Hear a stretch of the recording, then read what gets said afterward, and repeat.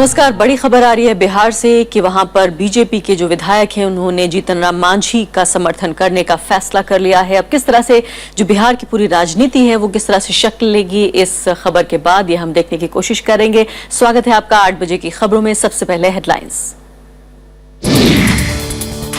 विश्वास मत में बीजेपी करेगी मांझी का समर्थन, पार्टी ने जारी किया व्हिप। स्पीकर ने दिया जेडीयू को मुख्य विपक्षी दल का दर्जा। भूमि अधिग्रहण समेत सभी अध्यादेशों का वित्त मंत्री ने किया बचाव, कहा विदेशी निवेश बढ़ाने के लिए आसान किया गया रास्ता।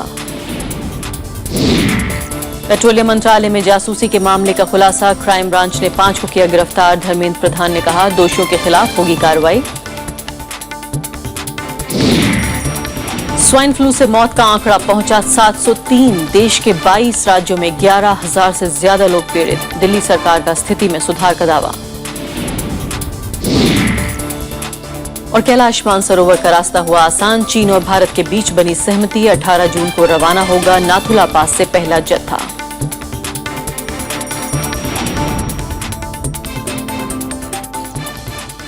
शुरुआत पहली खबर से।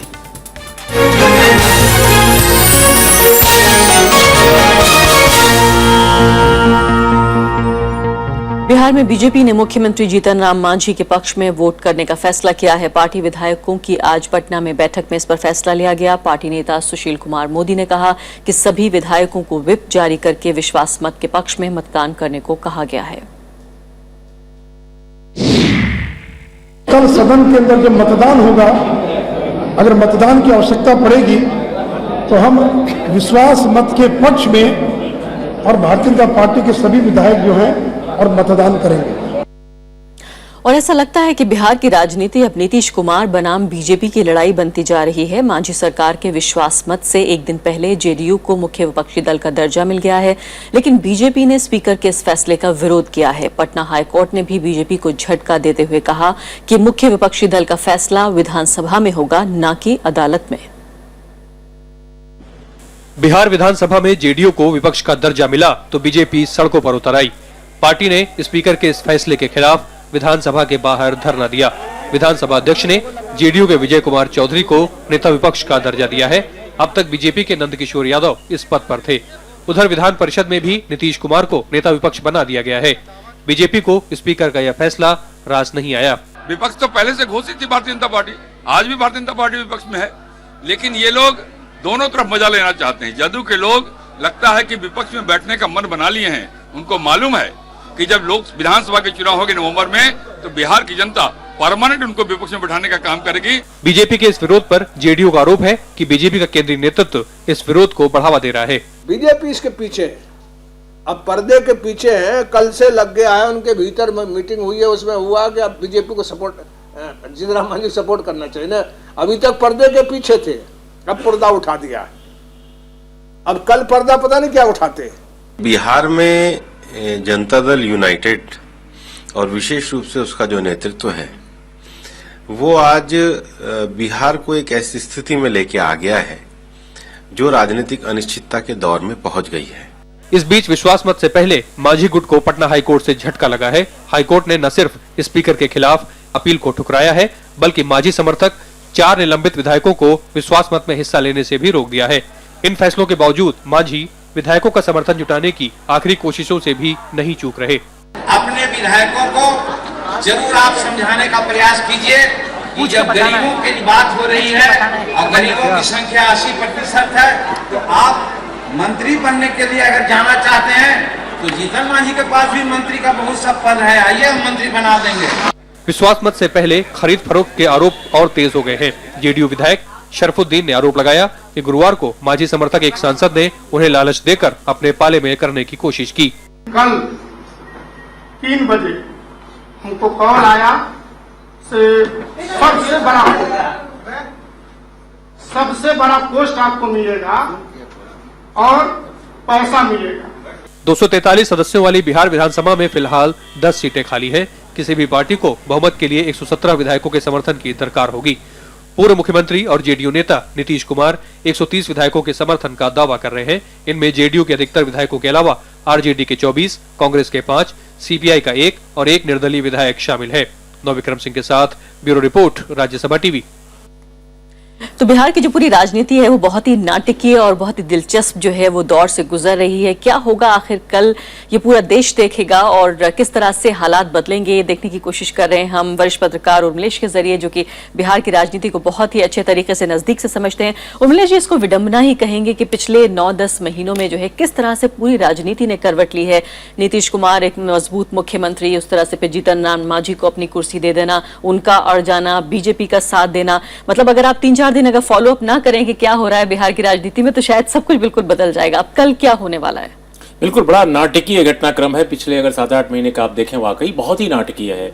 एक मुख्यमंत्री जिसको पूर्ण बहुमत होता है वो अचानक इस्तीफा देता है, अपने को किसी और बंदे को नॉमिनेट करता है जो कहता है कि ये सबसे विश्वास पात्र हैं, सबसे भरोसेमंद हैं। कुछ ही महीने के अंदर वो उनके भरोसे को तोड़ते हैं और फिर वो लगातार उनके प्रतिस्पर्धी दल जिससे गठबंधन तोड़कर वो आए हैं उससे मिल जाते हैं। तो कुल मिलाकर बहुत दिलचस्प है। कल जो मामला है विधानसभा में, देखिए अगर दलगत संख्या के हिसाब से देखा जाए, जो अर्थमेटिक है वहाँ का गणित जो है विधानसभा का, जो 230 सदस्य हैं अभी, क्योंकि 243 सदस्यों की सदन में 10 सीटें खाली हैं, तो उसके मुतालिक अगर देखा जाए तो नीतीश कुमार के पास पूर्ण बहुमत है, इसमें कोई दो राय नहीं है। अच्छा, पूर्ण बहुमत है। 130 उनके पास करीब विधायक हैं जो माने जा रहे हैं, जो अर्थमेटिक है सीधा सीधा।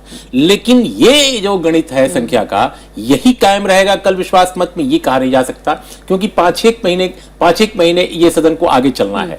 तो बहुत सारे लोग जो अटकलें लगा रहे हैं या अंदाज लगा रहे हैं, जो कह रहे हैं कि साहब विधायकों को लोभ में लेकर कुछ करने कराने की गुंजाइश अगर बनती है तो कौन ऐसा नहीं होगा, खासकर वे लोग जो बहुत पॉलिटिकल कमिटमेंट जिनका नहीं है, कि भाई हो सकता है बह जाए। मांझी तो ऑफर कर रहे हैं कि अगर वो मंत्री बनाएंगे तो मंत्री मैं भी बना सकता हूं। तो वो हवा में बह जाए लोग। इस बीच में एक घटना और हुई है जो बहुत दिलचस्प है। पहले मैं समझता था कि वाकई नीतीश कुमार का पुख्ता बहुत है, गठबंधन बहुत मजबूत है, लेकिन आरजेडी के कुछ विधायकों ने आज पटना में खुलेआम कहा कि वो मांझी के पक्ष में मतदान करेंगे। तो ये एक नया पेच है। तो कुल मिलाकर मैं ये मानता हूं कि ऊपर से अगर देखा जाए दलगत संख्या के हिसाब से तो नीतीश कुमार को पूर्ण बहुमत है।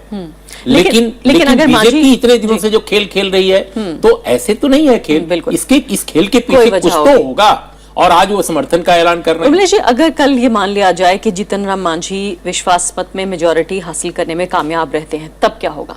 देखिए, वो तब मुख्यमंत्री बने रहेंगे अगर वो ऐसा करता है तो, जिसकी संभावना मेरे हिसाब से फिलहाल कम है। अच्छा। लेकिन अगर वो पाते हैं तो जाहिर है बीजेपी के समर्थन से वो सरकार में बने रह सकते हैं, अगर वो चाहे।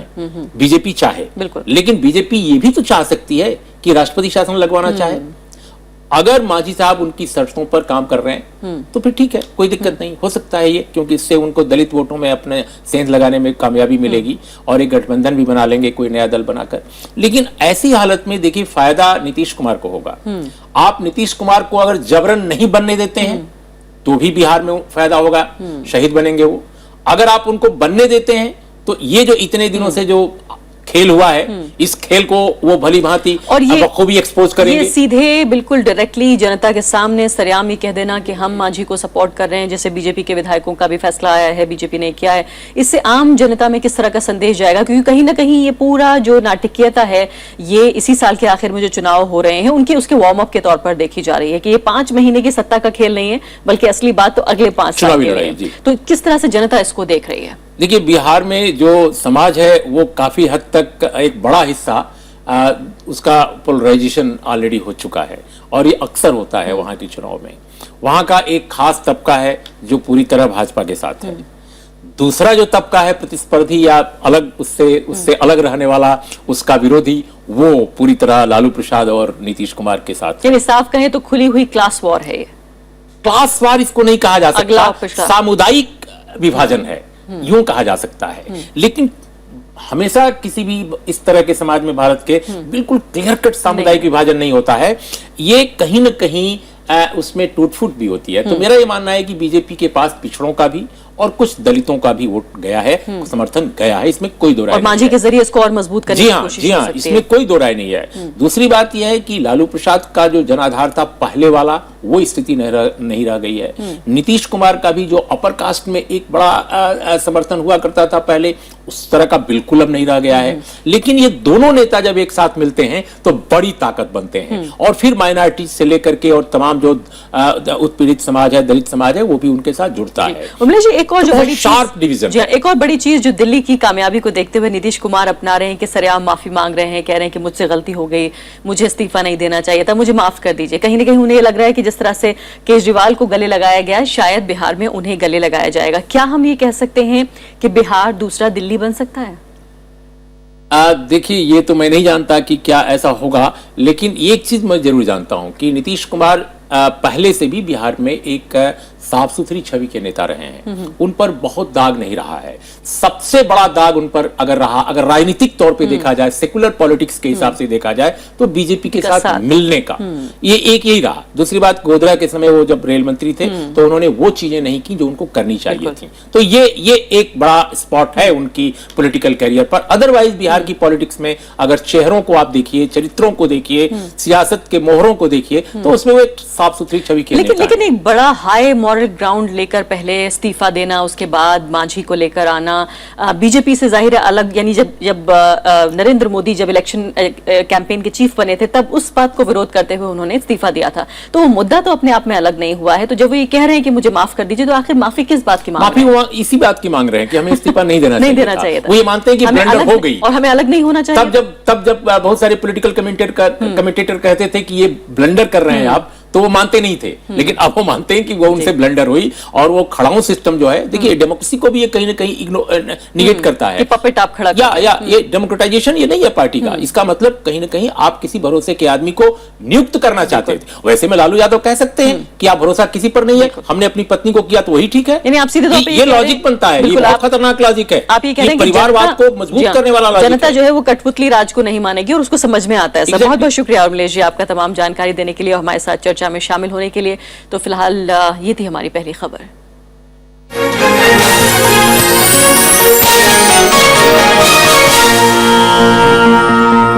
छोटे से ब्रेक के बाद हम जल्द वापस आएंगे।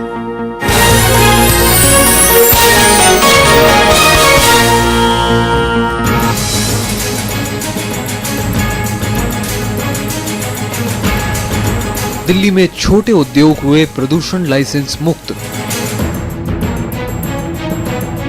क्या होगा पर्यावरण पर असर? देखिए देश देशांतर प्रदूषण का लाइसेंस आज रात 8:30 बजे।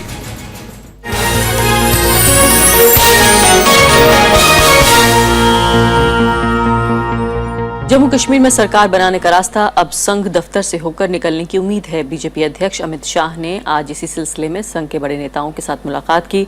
समाचार एजेंसी पीटीआई के मुताबिक बीजेपी को अनुच्छेद 370 और आफ्स्पा यानी कि सशस्त्र बल विशेषाधिकार कानून पर संघ का दबाव झेलना पड़ रहा है। हालांकि बीजेपी के जम्मू कश्मीर प्रभारी राम माधव ने कई बार इस बात को दोहराया कि सरकार गठन की कवायद अंतिम दौर में है, लेकिन कांग्रेस और नेशनल कॉन्फ्रेंस संघ की दखलंदाजी पर सवाल उठा रहे हैं।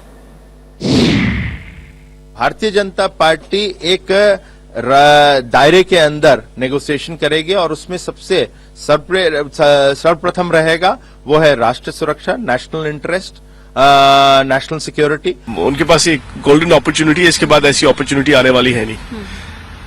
लेकिन मुझे लगता है आरएसएस ने कुछ इंटरवेंशन किया है, और इस मुल्क में बड़ी अजीब बात है, जिन लोगों को किसी ने वोट नहीं डाला वो इस मुल्क की हुकूमत चला रहे हैं। तो अगर आरएसएस गवर्नमेंट फॉर्मेशन में काम कर रही, फिर आरएसएस आगे पीडीपी को कैसे काम करने देगी, मुझे समझ नहीं आता। मध्य प्रदेश में व्यापम घोटाले को लेकर आरोप प्रत्यारोप तेज होते जा रहे हैं। कांग्रेस महासचिव दिग्विजय सिंह ने मामले की सीबीआई जांच कराने की चुनौती दी। वहीं बीजेपी ने भी कांग्रेस पर जवाबी हमला किया है। मध्य प्रदेश में व्यापम घोटाले के आरोपों में घिरे मुख्यमंत्री शिवराज सिंह चौहान पर गुरुवार को कांग्रेस ने एक बार फिर निशाना साधा। मुख्यमंत्री की कानूनी कार्रवाई को कांग्रेस महासचिव दिग्विजय सिंह ने खुली चुनौती दी। उन्होंने कहा कि वो चाहें तो मामले की सीबीआई जांच करा सकते हैं, साथ ही उनके खिलाफ मानहानि का मुकदमा भी दायर कर सकते हैं। में अगर थोड़ा सा भी साहस है और थोड़ी सी भी शर्म है तो ये प्रकरण सीबीआई को सौंप दें, या मेरा कथन गलत है उसका शपथ पत्र दे दें, या मेरे पर मानहानि का दावा कर दें। कुछ तो करें। बीजेपी की ओर से मुख्यमंत्री शिवराज सिंह चौहान के बचाव में मध्य प्रदेश के नगरीय प्रशासन मंत्री कैलाश विजयवर्गीय सामने आए। ऐसा है कि हाईकोर्ट मैं समझता हूँ कि सबसे निष्पक्ष आज की तारीख में संस्था है न्यायपालिका, और न्यायपालिका पे सबको विश्वास होना भी चाहिए। अब उस पर विश्वास नहीं रहा तो फिर विश्वास किसको? इससे पहले शिवराज सिंह चौहान ने कांग्रेस पर छवि धूमिल करने का आरोप लगाते हुए कानूनी कार्रवाई की बात कही थी। कांग्रेस महासचिव दिग्विजय सिंह, कमलनाथ और ज्योतिरादित्य सिंधिया ने प्रेस कॉन्फ्रेंस कर आरोप लगाया था कि जिस दस्तावेज के आधार पर पूर्व मंत्री लक्ष्मीकांत को गिरफ्तार किया गया था उसी में मुख्यमंत्री शिवराज सिंह चौहान का नाम भी शामिल है। इस मसले को लेकर मध्य प्रदेश के बजट सत्र के पहले दिन भी विपक्ष ने राज्यपाल राम नरेश यादव के अभिभाषण का बहिष्कार किया था। Bureau report, Rajya Sabha TV. उधर गुलबर्ग सोसाइटी ट्रस्ट चंदे में हेराफेरी के मामले में सुप्रीम कोर्ट से सामाजिक कार्यकर्ता तीस्ता सीतलवाड़ को राहत मिली है। सुप्रीम कोर्ट ने तीस्ता सीतलवाड़ उनके पति जावेद आनंद की अग्रिम जमानत याचिका पर फैसला सुरक्षित रखते हुए गिरफ्तारी पर फिलहाल रोक लगा दी, लेकिन अदालत ने साफ किया कि जांच में सहयोग नहीं करने पर गुजरात पुलिस तीस्ता और उनके पति की जमानत खारिज करने के लिए अर्जी दायर कर सकती है। सुप्रीम कोर्ट ने तीस्ता और उनके एनजीओ को चंदा देने वालों की सूची गुजरात पुलिस को सौंपने का भी निर्देश दिया। गुजरात हाई कोर्ट से अग्रिम जमानत की अर्जी खारिज होने के बाद उन्होंने सुप्रीम कोर्ट का रुख किया था। तीस्ता सेतलवाद के एंटिसिपेटरी बेल के मामले में सुनवाई हुई और आज सुनवाई करने के बाद सुप्रीम कोर्ट ने उनकी इंटरिम बेल को आगे बढ़ा दिया है और जजमेंट को सुरक्षित रख लिया है। वित्त मंत्री अरुण जेटली ने हाल के दिनों में केंद्र सरकार के लाए अध्यादेशों का बचाव किया है। उन्होंने कहा कि विदेशी निवेश का माहौल बेहतर करने के लिए सरकार ने सरकारी बंदिशों में कटौती करने का फैसला किया है। हाल के दिनों में 8 अध्यादेशों की वजह से सरकार को विपक्ष की कड़ी आलोचना झेलनी पड़ी है। वित्त मंत्री अरुण जेटली ने मंगलवार को कहा कि भूमि अधिग्रहण कानून पर अध्यादेश लाने का मकसद इंफ्रास्ट्रक्चर और निवेश के रास्ते में दिक्कतों को दूर करना था। उन्होंने कहा कि पहली बार सरकार पर बहुत तेजी से काम करने के आरोप लग रहे हैं। After having seen lethargic governments, you today have a government in place which has been criticized for being too fast. Why do you bring about ordinances? You should wait till the cows come home and everybody can be settled and then decisions can be taken. Arun Jaitley ने कहा कि केंद्र में सत्ता संभालने के बाद सरकार ने देश में व्यवसाय के अनुकूल माहौल बनाने की कोशिश की है और कई गैर जरूरी कानूनों और बंदिशों को खत्म किया गया है। Where those wanting to do businesses don't have to visit the corridors of power, and therefore permissions, their applications are made, permissions are granted, and their businesses proceed. उन्होंने मंगलवार को व्यापार के लिए ऑनलाइन मंजूरी से जुड़े ई-बिज पोर्टल की शुरुआत की। इस गवर्नमेंट टू बिजनेस सेवा के तहत 11 सरकारी विभागों से जुड़ी मंजूरी को अब कंपनियां ऑनलाइन हासिल कर सकेंगी। Bureau report, Rajya Sabha TV. Petroleum मंत्रालय में गोपनीय दस्तावेज लीक करने के वो मिले थे, उनसे बातचीत की गई। बातचीत के बेसिस पे 2 अन्य व्यक्ति जो उनकी मदद किया करते थे उनको भी डिटेन किया गया है। Law will take its own course. जो भी होंगे वो कानून के परिधि में जो होना चाहिए, सख्त कार्रवाई उन पे होना है, वो होने वाला है। और अब खबरें आम बजट से जुड़ी हुई। आम बजट 2015-16 के लिए दस्तावेजों की छपाई आज से शुरू हो गई है। वित्त मंत्री अरुण जेटली ने नॉर्थ ब्लॉक ऑफिस में हलवा बांटकर आज बजट दस्तावेजों की छपाई की शुरुआत की। हलवा बांटने के बाद बजट निर्माण प्रक्रिया से सीधे जुड़े अधिकारी और कर्मचारी तब तक नॉर्थ ब्लॉक के प्रेस में ही रहते हैं जब तक कि बजट संसद में पेश नहीं हो जाता। ये एक पुरानी परंपरा है जो सालों से चली आ रही है। 2015-16 का आम बजट 28 फरवरी को संसद में पेश किया जाएगा। महंगे इलाज से परेशान लोगों के लिए स्वाइन फ्लू बीमारी अब दहशत बन चुकी है। अब तक 22 राज्यों में 703 लोगों ने इस बीमारी से दम तोड़ दिया है, जबकि इससे पीड़ित लोगों की तादाद अब 11,000 का आंकड़ा पार कर चुकी है। सबसे ज्यादा कहर राजस्थान और गुजरात में मचा है। H1N1 वायरस के कहर से देश के कई राज्यों में हालात खराब होते जा रहे हैं। जम्मू कश्मीर में स्वाइन फ्लू के 13 नए मामले सामने आए हैं। जम्मू कश्मीर के पुलिस अधीक्षक सुनील गुप्ता की सांस में तकलीफ के चलते आज मौत हो गई। इसके पीछे भी स्वाइन फ्लू की आशंका जताई जा रही है। राजस्थान में मौत के 8 नए मामले सामने आए हैं, जिससे मरने वालों की तादाद 191 पर पहुंच गई है। वहीं हरियाणा में मरने वालों की संख्या 18 हो गई है। केंद्र सरकार ने इस बीमारी से पूरी तरह